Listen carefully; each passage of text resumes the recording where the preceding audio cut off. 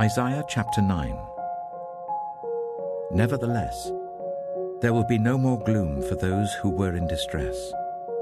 In the past, he humbled the land of Zebulun and the land of Naphtali. But in the future he will honor Galilee of the nations, by the way of the sea beyond the Jordan. The people walking in darkness have seen a great light. On those living in the land of deep darkness, a light has dawned. You have enlarged the nation and increased their joy. They rejoice before you as people rejoice at the harvest, as warriors rejoice when dividing the plunder. For as in the day of Midian's defeat, you have shattered the yoke that burdens them, the bar across their shoulders, the rod of their oppressor. Every warrior's boot used in battle and every garment rolled in blood will be destined for burning, will be fuel for the fire. For to us a child is born, to us a son is given, and the government will be on his shoulders. And he will be called Wonderful Counselor, Mighty God, Everlasting Father, Prince of Peace. Of the greatness of his government and peace there will be no end. He will reign on David's throne and over his kingdom, establishing and upholding it with justice and righteousness from that time on and forever. The zeal of the Lord Almighty will accomplish this. The Lord has sent a message against Jacob. It will fall on Israel. All the people will know it, Ephraim and the inhabitants of Samaria, who say with pride and arrogance of heart, the bricks have fallen down, but we will rebuild with dressed stone. The fig trees have been felled, but we will replace them with cedars. But the Lord has strengthened Reason's foes against them, and has spurred their enemies on. Arameans from the east and Philistines from the west have devoured Israel with open mouth. Yet for all this, his anger is not turned away. His hand is still upraised. But the people have not returned to him who struck them, nor have they sought the Lord Almighty. So the Lord will cut off from Israel both head and tail, both palm branch and reed in a single day. The elders and dignitaries are the head, the prophets who teach lies are the tail.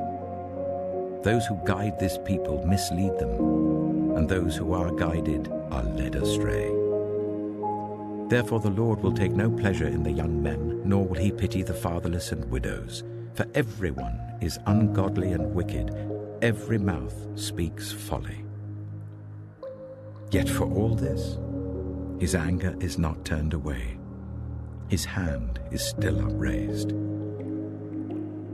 Surely wickedness burns like a fire. It consumes briars and thorns. It sets the forest thickets ablaze, so that it rolls upwards in a column of smoke.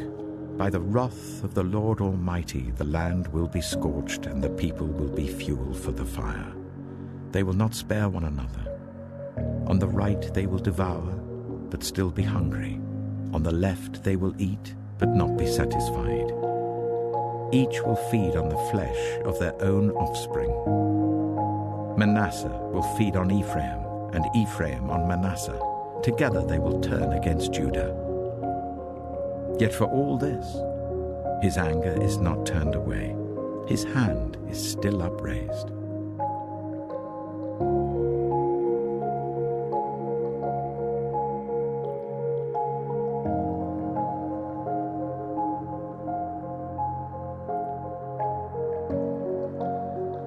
Isaiah chapter 52. Awake, awake Zion, clothe yourself with strength. Put on your garments of splendor, Jerusalem, the holy city.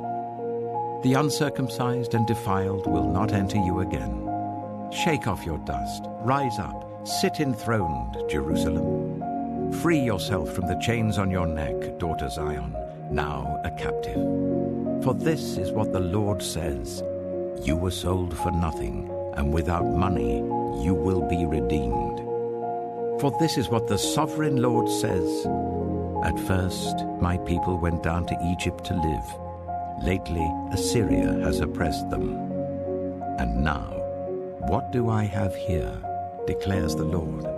For my people have been taken away for nothing, and those who rule them mock, declares the Lord. And all day long my name is constantly blasphemed. Therefore, my people will know my name. Therefore, in that day they will know that it is I who foretold it. Yes, it is I.